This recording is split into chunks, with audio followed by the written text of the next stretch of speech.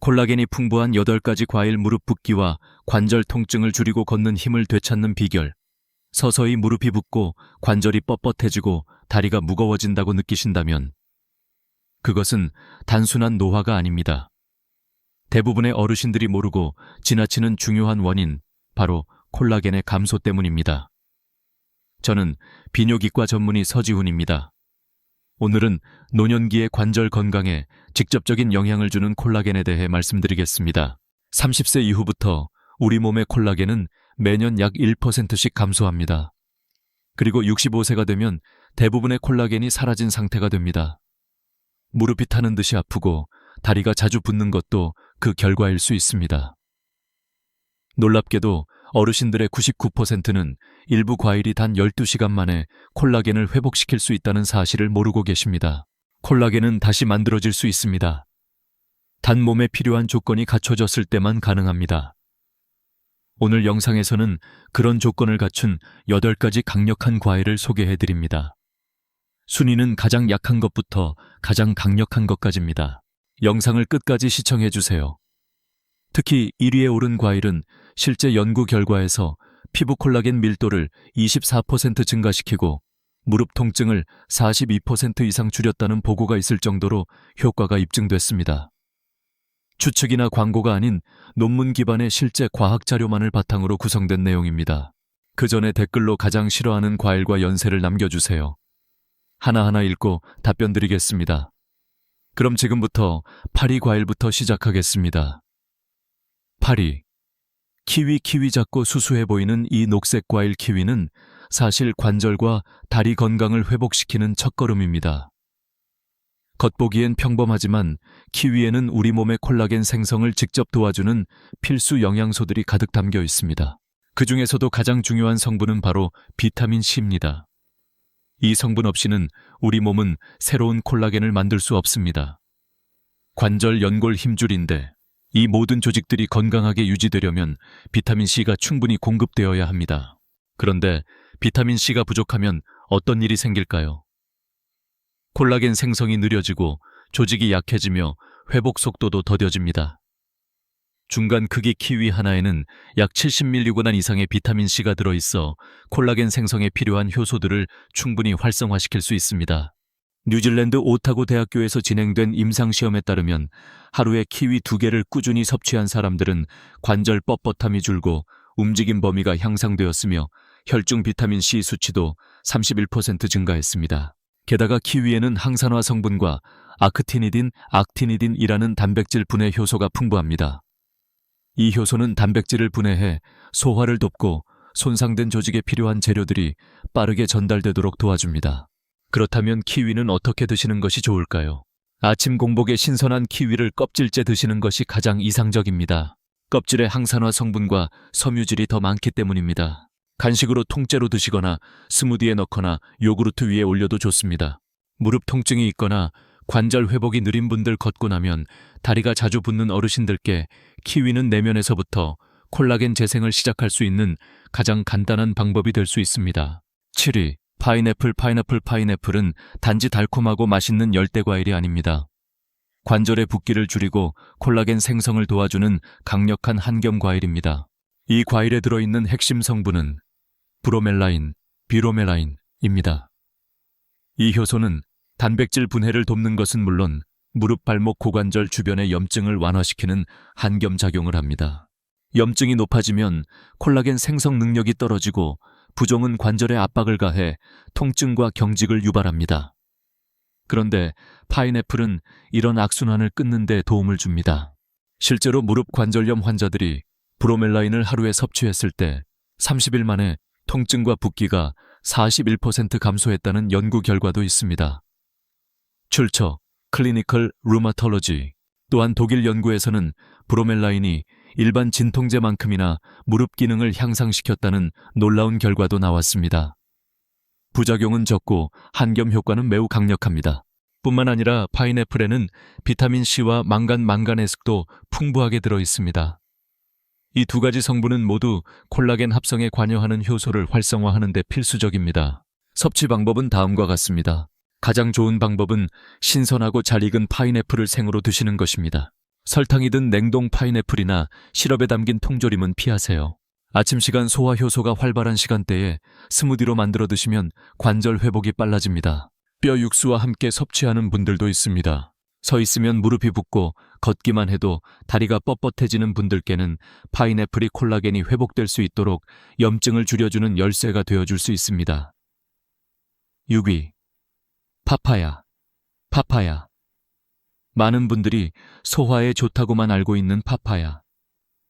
하지만 이 과일은 자연 콜라겐 회복과 관절 기능 개선에 있어서 매우 강력한 과일입니다. 겉으로 보기엔 평범하지만 오렌지보다도 비타민C 함량이 높고 파파인이라는 특별한 효소를 포함하고 있어 노년기의 관절 건강에 큰 도움을 줍니다. 이 효소는 길고 복잡한 단백질 구조를 짧은 아미노산으로 분해하여 우리 몸이 새로운 콜라겐을 만들 때 필요한 재료를 더 쉽게 흡수할 수 있도록 돕습니다. 나이가 들면 관절 내부의 콜라겐이 줄어들어 윤활 기능이 약해지고 마찰과 붓기 경직이 생기기 쉬워집니다. 파파야는 이런 악순환을 멈추고 우리 몸이 새로운 콜라겐 섬유를 직접 만들 수 있도록 재료와 도구를 제공해 줍니다. 연구에 따르면 만성 무릎 뻣뻣함을 가진 분들이 2주간 파파야를 꾸준히 섭취한 후 통증이 줄어들고 관절의 유연성이 눈에 띄게 향상되었다고 보고됐습니다. 출처 Journal of Medicinal Food. 과육뿐만 아니라 씨앗에도 한겸과 콜라겐 생성에 도움이 되는 플라보노이드와 비타민C가 풍부합니다. 섭취 팁. 파파야는 완전히 익은 상태에서 드셔야 효소가 활성화되어 흡수가 잘 됩니다. 과육이 주황색이고 말랑해졌을 때가 가장 좋습니다. 라임즙을 곁들이면 비타민C 흡수를 더욱 높일 수 있습니다. 숟가락으로 떠서 그대로 드시거나 스무디에 넣어 드셔도 좋습니다. 일부 영양사는 소량의 씨앗도 스무디에 같이 갈아 먹을 것을 권장합니다. 단 아주 소량만, 주에 익지 않은 초록색 파파야는 생으로 먹지 마세요. 효소 함량이 낮고 소화에 무리가 될 수 있습니다. 아침 시간이나 가벼운 산책 후 파파야를 드시면 관절 주변의 염증을 줄이고 콜라겐 생성이 필요한 부위에 직접 작용하여 다리의 유연성과 회복력을 높여줄 수 있습니다. 5위. 구아바는 전 세계에서 가장 강력한 콜라겐 생성 과일 중 하나이지만 많은 어르신들이 전혀 모르고 지나치는 과일이기도 합니다. 이 과일은 오렌지보다 4배나 많은 비타민C를 함유하고 있습니다. 구아바 하나에는 200mg 이상의 비타민C가 들어있어 하루 권장량의 2배 이상을 단번에 충족시킬 수 있습니다. 비타민C는 콜라겐 합성에 꼭 필요한 연료와 같습니다. 게다가 구아바에는 라이코펜, 엘라이코펜과 폴리페놀 같은 항산화 성분도 풍부하게 들어있어 기존의 콜라겐이 빠르게 손상되지 않도록 보호해줍니다. 실제 임상 연구에서는 어르신들이 6주간 구아바를 매일 섭취한 결과 관절의 염증이 눈에 띄게 줄고 피부 탄력이 향상되었다는 보고도 있습니다. 출처 Asia Pacific Journal of Clinical Nutrition. 이는 콜라겐 조직 내 산화 스트레스가 감소하면서 우리 몸이 스스로 회복할 수 있는 공간과 여유를 되찾았기 때문이라고 연구진은 설명합니다. 섭취 방법. 구아바는 껍질째 생으로 먹는 것이 가장 좋습니다. 껍질에 더 많은 식이섬유와 항산화 물질이 들어있기 때문입니다. 키위나 파파야와 함께 스무디로 만들어도 좋고 사과처럼 잘라서 간식으로 드셔도 됩니다. 단 설탕이 첨가된 구아바 주스는 피하세요.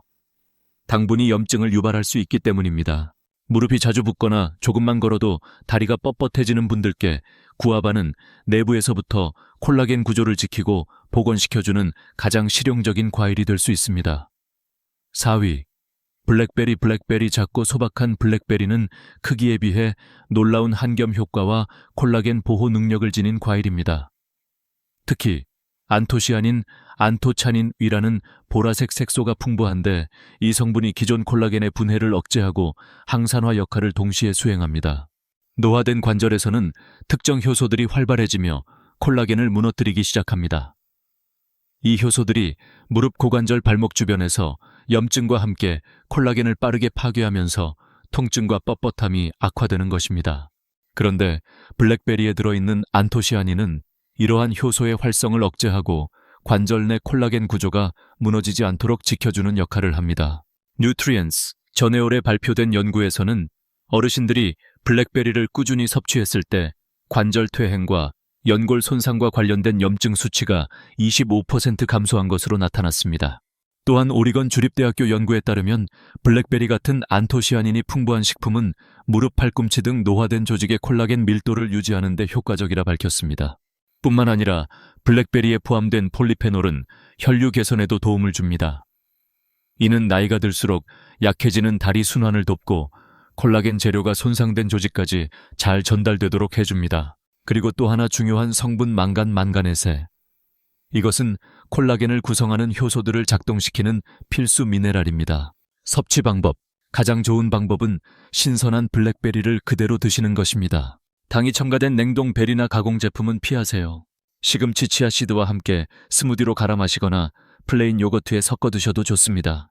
블랙베리는 밤새 쌓인 관절 염증을 아침에 자연스럽게 줄여주고 하루 종일 콜라겐이 보호되고 재생될 수 있도록 도와주는 간편한 자연 치료제입니다.